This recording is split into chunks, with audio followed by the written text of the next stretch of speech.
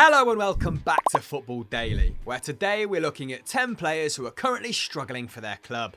Let's get started. 10. Tom Cairney. Now, admittedly, we had a hard time selecting which of Fulham's players to include for this video. After all, their start to the 2021 Premier League season has been nothing short of tragic. They have just 1 point from their 6 games and are currently on track to concede 88 league goals across the campaign. And whilst we could have named any of their defenders or much of their team, we've decided to focus on Tom Cairney, who's once again struggled with the step up. During his first foray in the Premier League in 2018-19, he missed 10 games with injury and went through 3 managers. But even so, 1 goal and 1 assist in 33 games was a poor return. And so far, he doesn't seem to have improved. Despite playing 5 full 90s to date in central midfield, Cairney has completed just 6 tackles and is yet to make an interception. And for a player heralded for his creativity, 7 passes into the penalty area is a woeful return. Capable of contributing 0.4 goals a game across his last 4 championship campaigns,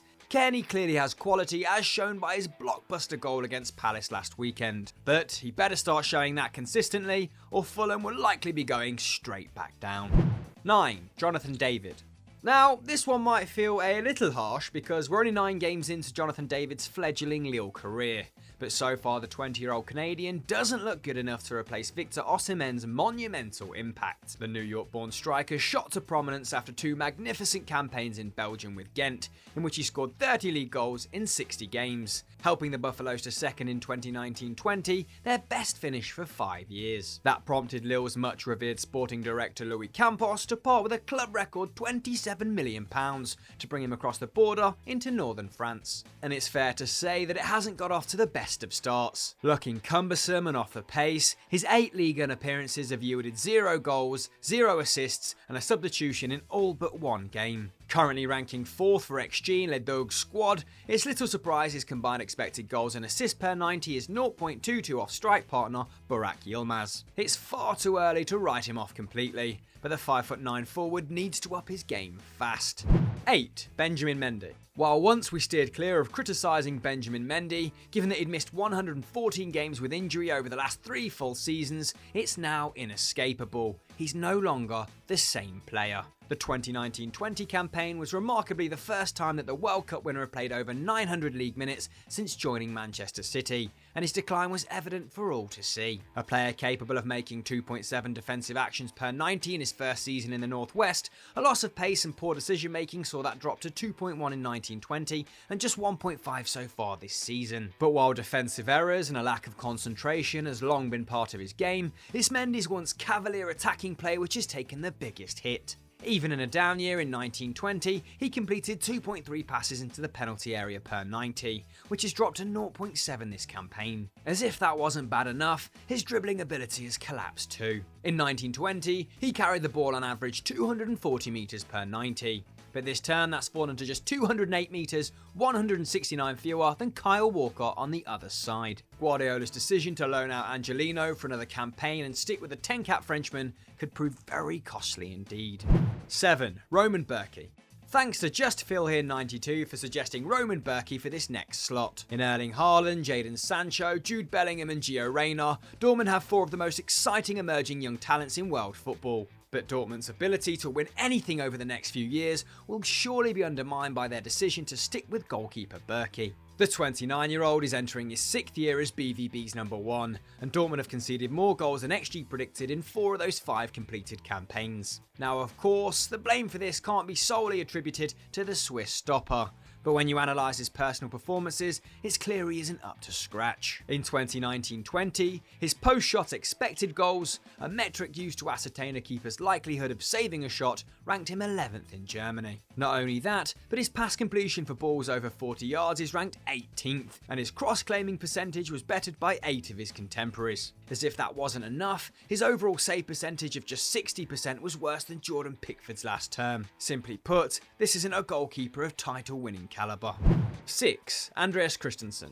Thanks to @DakaTime for suggesting this one. After bursting onto the scene as a 22-year-old under Antonio Conte in 2017-18, helping Chelsea to a Europa League title, few would have predicted how little Andreas Christensen's career would have progressed since. Across the intermittent period, he started just 27 Premier League games, 21 of which came last campaign as Chelsea conceded 54 league goals, their worst record in over 2 decades. Many expected the Dane to depart this summer, yet it was Rudiger who was offered to clubs just weeks after helping lure Havertz and Werner to West London. That decision didn't really make sense. Christensen might be 3 years younger, but his lack of physicality sees him regularly bullied by opposition strikers. He won just 56% of his aerial duels last season, at least 4% lower than Rudiger, Zuma and Thiago Silva. Yes, his pass accuracy of 91% last term might have only been topped by 3 players in the entire division, but that was padded out by his choice of passes. He ranks 8th for completed long balls per 90 in the Blues squad, while his 4.2 passes into the final third per 90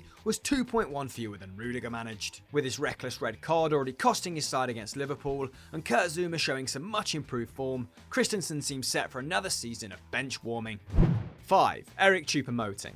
According to @TimoT on Twitter, Eric Choupo-Moting is a very lucky man. After 2 trophy-laden years at PSG in which he scored 6 league goals in 31 appearances, the Cameroonian was released this summer. Having represented 4 German clubs prior to his move to Schalke, a move back to the Bundesliga for the Hamburg-born forward seemed likely. But not in a million years did anyone believe that Bayern Munich, fresh from beating PSG in the Champions League final, would pick him up. After all, they had UEFA Player of the Year Robert Lewandowski, fresh from scoring a career-best 55 goals in 47 games in 1920, and 19-year-old Joshua Zirkzee, whose 4 goals last year included 2 winners and a goal against Gladbach. And whilst we don't hold anything against Choupo-Moting personally, there's nothing in his statistics to suggest he'll be ready to make regular match-winning contributions. In his 493 league and minutes last term, he averaged 0.5 expected goals per 90, 0.33 fewer than Zirkzee. And whilst his shooting accuracy of 39% isn't horrific, it would rank 9th in Bayern's squad. This looks set to be another quirky footnote in Eric Choupo-Moting's bizarre career. 4. Dan James. Manchester United's inability to bring in Jadon Sancho this summer not only denied them the opportunity to work with a world-class player, but also denied Dan James the opportunity to garner some much-needed experience out on loan. Because let's face it, that's exactly what Dan James needs at this stage of his career. The 22-year-old was thrust into the limelight in June 2019 when Manchester United pipped Leeds to his signature after just 33 championship games for Swansea. And whilst he initially shone, scoring 3 goals in August 2019 alone, earning him the club's Player of the Month award in the process, he then went 7 months without a goal. Blessed with an abundance of pace, he doesn't yet possess the finesse in tight spaces to unlock a sitting defence, as shown by his tally of 1 key pass per 90 last term, 13th in the squad and fewer than Brandon Williams. And for all that pace, his game awareness needs to improve, with his 1.1 completed take-ons per 90, 0.5 fewer than central midfielder Scott McTominay. Andreas Pereira's departure means that Solskjaer will be forced to lean heavily on an underdeveloped Dan James once again this season, a problem for the player and the club. 3. Danilo.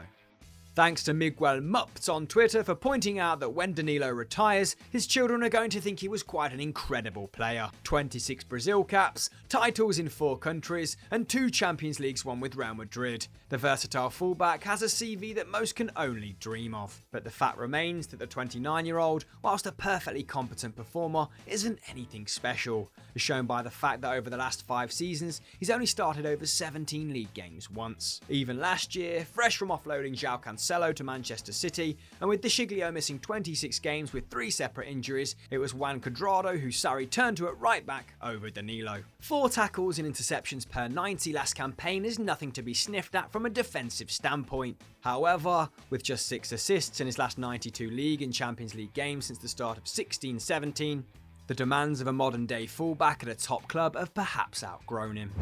2. Thomas Lemar. It's easy to forget just how promising Thomas Lemar was. After all, he contributed 19 of Monaco's 107 league goals in 16-17 as they won their first title in 17 years. Not only that, but with 4.5 shot creating actions per 90, more than Sadio Mane managed last term in the Premier League, Lemar more than warranted a move to Europe's elite. And after transfers to Arsenal and Liverpool fell through in June 2018, the Cayenne Academy graduate got his wish, joining Atletico Madrid for €70 million. But his form playing in an unfamiliar system since has been nothing short of disastrous. 7 goal contributions in 68 League and Champions League games at a cost of €10 million per goal or assist is a dreadful return for a player once heralded as one of the best emerging talents in French football. Unsurprisingly, it's affecting his confidence. In 2019-20, he ranked 9th as shots per 90 in the Atleti squad, below the likes of Hector Herrera and Thomas Partey. He only created 6 chances in La Liga too, 14% of Trippier's output from right back. Entrusted with just 124 league minutes so far this season, Lemar is seemingly lost and out of his depth at Madrid. 1. Jordan Pickford. Everton might have started the season exceptionally well with 7 wins out of 9 in all competitions and James Rodriguez proving to be one of the signings of the summer, but danger is never far away when Jordan Pickford's in goal. Having been made the then 3rd most expensive keeper of all time in June 2017 after joining from newly relegated Sunderland, Pickford's first campaign on Merseyside was fairly promising. He saved 69% of efforts on goal and helped Everton to 8th despite the Toffees having the 5th worst defence according to expected goals against. Since then though, his performances have deteriorated drastically, with his save percentage falling to 66% and then 63% last term.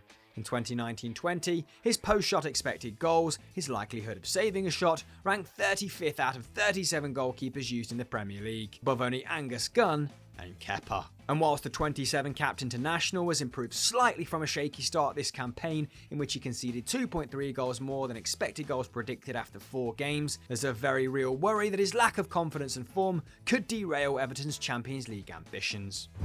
So guys, that was 10 players who are currently struggling at their club. We wish them all the best of luck and hope they improve dramatically. Who have we missed out? Let us know in the comments below. Remember to like, subscribe, and we'll catch you next time.